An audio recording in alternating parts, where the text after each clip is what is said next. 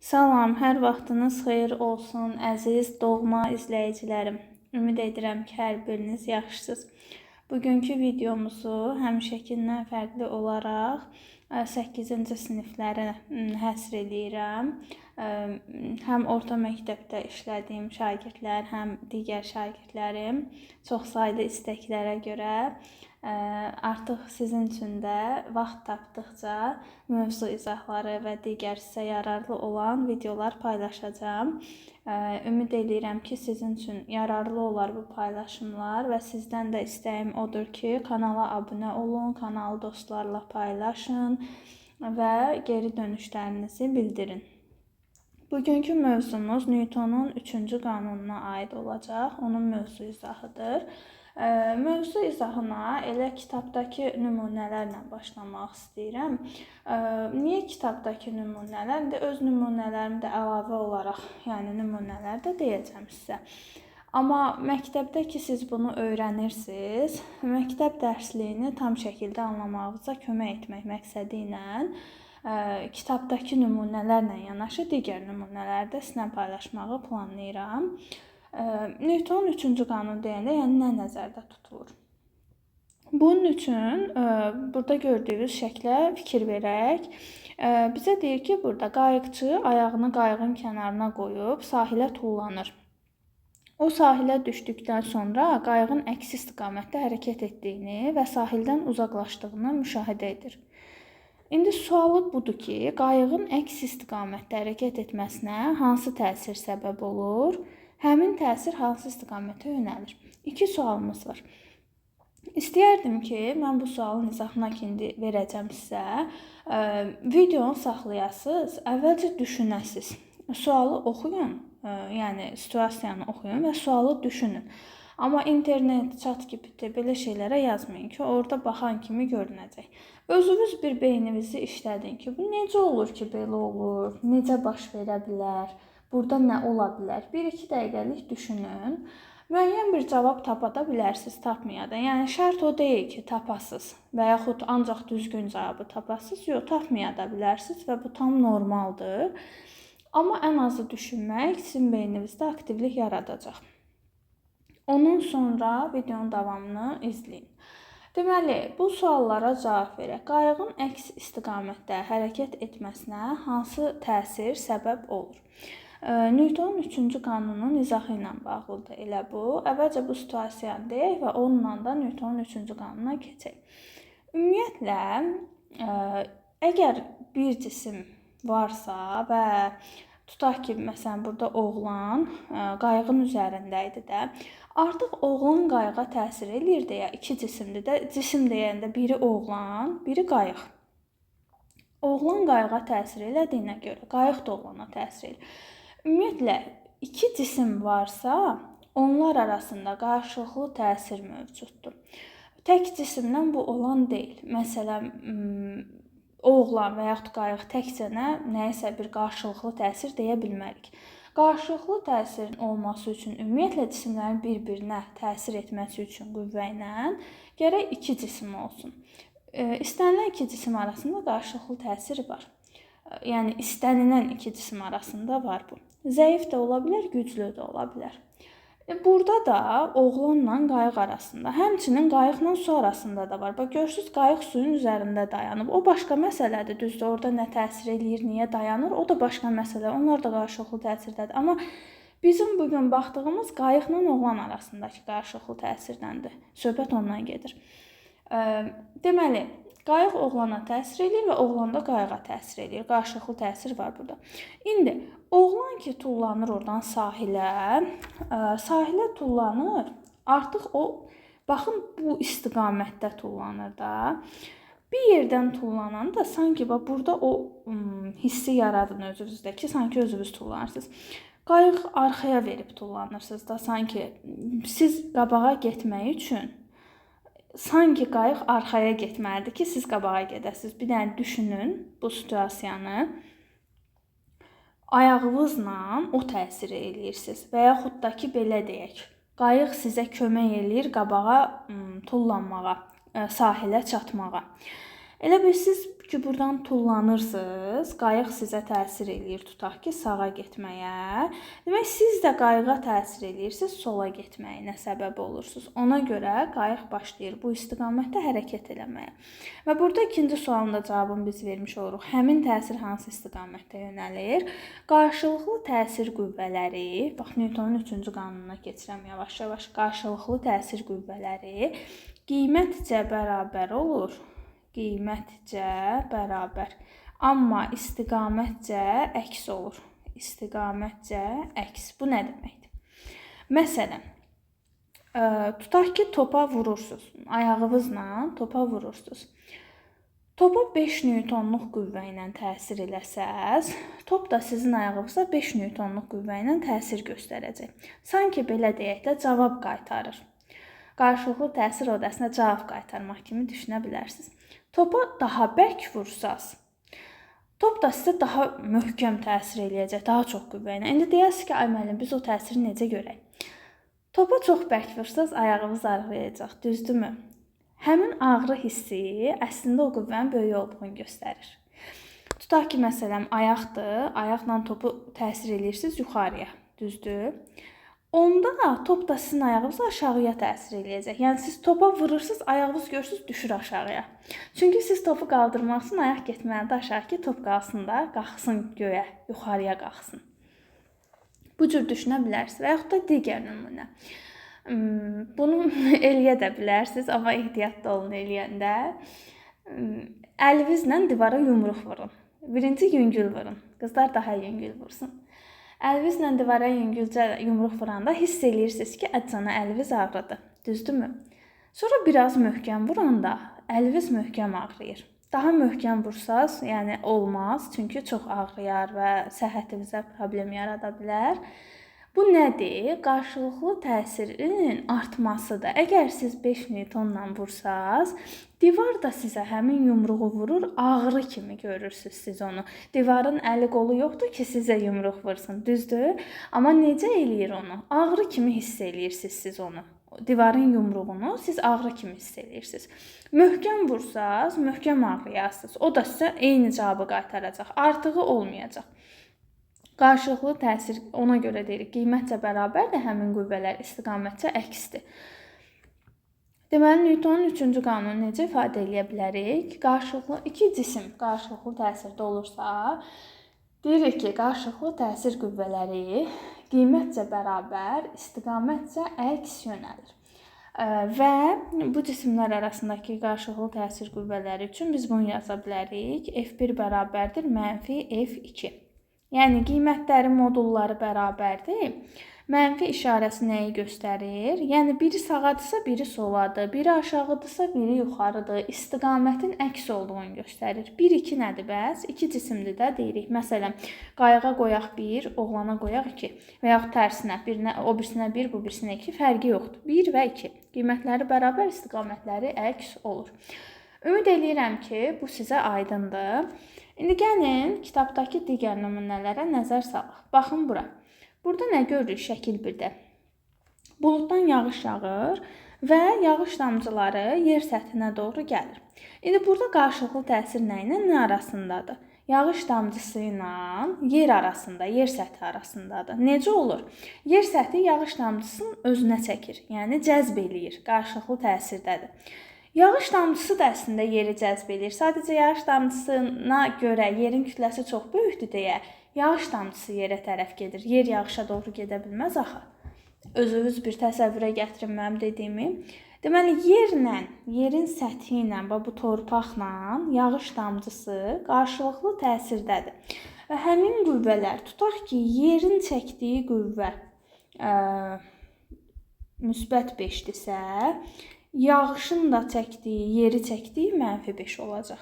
Yəni, qiymətlər bərabər, istiqamətlər əks. Istiqamətdə də əks olduğunu mənfi ilə göstəririk. Bu şəkildə. Və yaxud ikinci şəkildə kitabı qoymuşuq səthə, müəyyən bir stolun üstünə səthə. Kitab ağırlıq göstərir, ağırlıq qüvvəsi var da. Səthin reaksiyası var burada. Kitab səthə təzyiq göstərir. Bax, elə bilin ki, hansısa bir yerə ağır bir şey qoysaz, o ağır şey sanki o səthdə iz qoyur.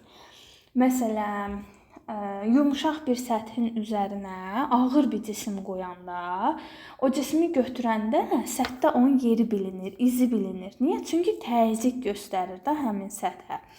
İndi kitab da səthə iz qoymasa belə təzyiq göstərir. Ağırlığından dolayı, ağırlığı var axı. Səth də ona cavab qaytarır, reaksiya verir. Bax, bu reaksiya qüvvəsidir. Və bu halda yenə də deyirik, reaksiya qüvvəsi qiymətcə F ağırlığa bərabər olur. Niyə mənfi yazmadım? Çünki qiymətcə dedim. Artıq istiqamətin əks olduğunu görürük biz şəkildən. Və yaxud üçüncü şəkil olsun. Üçüncü şəkildə nədir burada? Məsələn, əlinizlə masaya müəyyən bir qüvvə tətbiq edirsiniz. Masanı itələmək istəyirsiniz. Biraz çox itələsəz və yaxud böyük qüvvə ilə itələsəz, görəsiz əliniz ağrıyır. Bayaq dediyim yumruq misalı kimi. Çünki masanın ağırlığı var. Siz onu itəlirsiniz, o da sizi itələyir əslində. Onun sizi itələməyi də ağrı kimi bir üzə verir, yorulursunuz, gərilir əzələlər və bu kimi bir üzə verir. Yenə də deyirəm, o əşyaların əli qolu yoxdur ki, durub sizin elədiyiniz təsiri sizə eləsin. Onların təsiri sizə bu cür bilinir. Ağrı kimi, hissiyatla bilirsiniz siz onu. Və yaxud da ki, ən məşhur şəkillərimizdən olacaq yuxarı siniflərdə də iki cismin qarşılıqlı təsir şəkli. Birinci cisim ikincini özünə çəkir, ikinci də birincini özünə çəkir. F1 nədir burada? Birinci cismin ikinciyə təsiridir. F2 də 2-nin 1-ə təsiridir. Əgər məsələn bunun qiyməti 10-dursa, bunun da qiyməti 10-dur. Sadəcə istiqamətləri fərqlidir. Fərqlidir deyəndə ki, əksdir. Yəni tam fərqli istiqamət ola bilməz. Biri məsələn qarşılıqlı təsir qüvvəsi belə olsun, biri belə yox. Biri aşağıdırsa, biri yuxarı olmalıdır. Biri sağadırsa, biri sola olmalıdır. Qarşılıqlı təsir və qiymətdə bərabər. Bu da belə. Və növbəti sualımız var burada. Bu sualda deməli, şəkildə nə görürük? Görürük ki, uşağın biri sahildə dayanıb. Baxın, sahildə, torpağın üstündə təsəvvür eləyin dayanıb. Digəri isə suda qayığın üzərində dayanıbdır. Və onlar bir dənə ipi hərəsi öz tərəfinə dartırlar. Sual da budur ki, qayıqdakı şəxs hərəkət etdiyi halda sahildəki hərəkət etmir. Niyə onların hər ikisi hərəkət etmir? Newtonun 3-cü qanununu necə izah edə bilərsiniz? Bəs biz dedik ki, qüvvələr bərabərdir. Newtonun 3-cü qanununa görə qiymətcə qüvvələr bərabərdir, istiqamətcə əksdir. Belə olan halda nəyə görə biri hərəkət edir, biri yox? Axı bərabər olsa, deməli hərəkət etməməli idi. Bəs necə bərabərdir ki, hərəkət edirlər? Yenə də istəyərdim ki, bunu özünüz düşünəsiniz. Və dediyim kimi, ChatGPT, internet, Google heç aranı axtarmayasınız. Beyninizi işə salın. Necə ola bilər sizcə? Təsəvvürünüzə gətirin. İki dostsuz, biriniz orada durmusunuz, biriniz suda durmusunuz, dartırsınız. Belə bir hal baş verir. Sizcə nədən ola bilər? Beyninizi işlədin. Ondan sonra videonun davamında mən sizə izah eləyəcəm. İstəyirəm ki, videonun bu yerində bir balaca müddət özüm dayanım. İzah etməyim ki, düşünəsiz. Ən azından mən deyirəm ki, bəzən düşünün. Ola bilər də videonu saxlamadan gerisinə baxa bilərsiniz. Səbriniz çatmaz. O baxımından çox qısa bir neçə saniyə gözləyirəm ki, özünüz düşünəsiz. Və dərhal sonra mən də izah edəcəm. Amma dediyim kimi, internetdə başqa yerlərə yazıb baxmayın.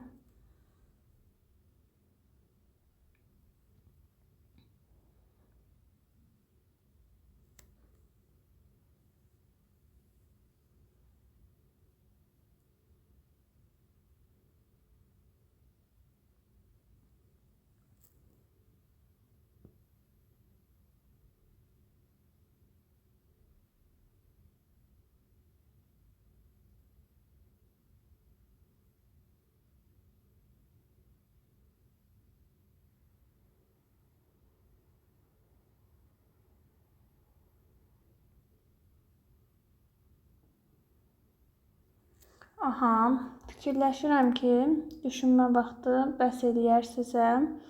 İndi gəlin keçək bu sualın izahına. Əslində, bəziləriniz ola bilər ki, düzgün nəticəni almış olar. Sizdən xahişim odur ki, sualın izahını dinləyəndən sonra rəylərdə fikrinizi bölüşərsiniz ki, kimsə düz tapmışdımı və yaxud da ki, nə düşünmüşdünüz? Yəni fərqli bir izah düşünmüşdünüz, amma başqa bir cavab eşitdiniz məndən. Deməli, burada məsələ nədir? Qayıqdakı oğlanla sahildəki oğlan tutaq ki, bir-birinə eyni qüvvə ilə təsir eləyir. Biz də dedik ki, qarşılıqlı təsir qüvvələri eynidir. Məsələn, bu təsirlə bu təsir istiqamətləri fərqli olsa da olsun hərəsi 10 Newton. Bəs nəyə görə qayıqdakı hərəkət eləyir? Qayıqdakı necə hərəkət eləyə bilər? Qayıqla bir yerdə hərəkət eləyə bilər, onu düşünə bilərsiniz. Əgər sahildəki oğlan bu ipi dartırsa, ip axı bu oğlanın əlindədir. İplə bərabər, bu iplə bərabər həm bu oğlanı dartır, həm də qayığı dartır. Yəni hamısını birdən dartır. Bu hissənin hamısını birdən dartır. Və dartı qüvvəsi 10 Newtondur. Yəni 10 Newtonluq qüvvə ilə dartır. O dartdığına görə təbii ki, digər oğlan da onu ondan dartır. İndi baxın, bu oğlana təsir edən qüvvələrə gəlin baxaq. 10 Newton sola tərəf təsir edir. Bu oğlanın dartdığı qüvvədir. 10 Newton sola təsir edir. Amma bu yerindən tərpənməmək o deməkdir ki, baxın, bu oğlanın səthlə, yəni sahillə ayağı arasında bu səthdə sürtünmə qüvvəsi var 10 Newtonluq. 10 Newtonu özümdən deyirəm də, yəni qiymət verirəm ki, tam aydın olsun sizə. Sahil bərk səthdir də, yəni sahillə olan sürtünmə qüvvəsi, müqavimət qüvvəsi su ilə eyni deyil. Bu oğlana sağa və sola təsir edən qüvvələrin qiyməti eyni olduğuna görə bu oğlan hərəkət eləmir. İndi gəlin baxaq bu birisi oğlana. Bu 10 ola da bilər, ola bilər 9, 8, fərqi yoxdur da ona görə belədir. Yəni ondan bundan kiçikdir. Ona görə hərəkət eləmir. Belə deyək, kiçikdir 10. Kiçik bərabərdir. Amma digəri, yəni bu qayıqdakı sağa tərəf dartılır ondan, amma bu qayıqla su arasında da axı burada qüvvə var, sürtünmə qüvvəsi və suyun təsir elədiyi qayığa da, yəni qayıqla su səthi arasındakı sürtünmə qüvvəsi iki bərk səthi arasından çox azdır. Ümumiyyətlə bu qüvvədən çox azdır. Məsələn, tutaq ki, bu olsun 2 Newton. İndi buna təsir edən əvəzləyiciyə baxın, əvəzləyici 0-dır. Ona görə hərəkət eləmir. Yenə də ona bərabər eləsək. Amma buna təsir edən əvəzləyiciyə baxın, əvəzləyici 8-dir və bu tərəfə yönəlir. Ona görə də bu oğlan qayıqla bir yerdə sahilə doğru hərəkət eləyir. İndi biz bunu Newtonun 3-cü qanununa əsasən burada deyək ki, fikrinizi əsaslandırın. Fikrimizi necə əsaslandırdıq? Deyirik ki, qarşılıqlı təsir qüvvələri bərabərdir. Fərqli cisimlərə təsir olunur və bir-birini tarazlaşdırmır. Bu da doğrudur. İstiqamətcə əksdir, qiymətcə bərabər. Bu da doğrudur. Amma və lakin hər iki oğlanın durduğu səth fərqlidir. Qayıq suyun üstündə dayanıb, digər oğlan isə sahildə dayanıb və suyun və sahilin göstərdiyi müqavimət qüvvələri fərqli olduğuna görə artıq burada qayıqda hərəkət var və bunun göstərdiyi müqavimət qüvvəsi daha kiçikdir deyənə bu artıq güc gələ bilmir, ona tərəf gedir. Bu şəkildə deyə bilər, əgər sürtünmə qüvvələrimiz bərabər olsaydı, onda hərəkət etməzdi. Çünki sürtünmələr də bərabər olardı. Elə bilin ki, bu qüvvələr də bərabərdir, bu qüvvələr də bərabərdir. Onda bu necə hərəkət eləyə bilər? Eləyə bilməz də, hamısı bir-biri ilə kompensasiya olunar və əvəzləyici qüvvə 0 olar. Ümid edirəm ki, dərsin izahı sizin üçün aydındır. Suallarınız olarsa dərs izahı ilə bağlı rəylərdə bildirə bilərsiniz. Mən dərs izahımı buradaca yekunlaşdırmaq istəyirəm. Tapşırıqları isə özünüz işləyərsiniz və bizi ilə dərsdə olan şagirdlərlə dərsdə birlikdə baxacağıq həmin tapşırıqlara. Gələn videolarda görüşənə qədər sağ olun.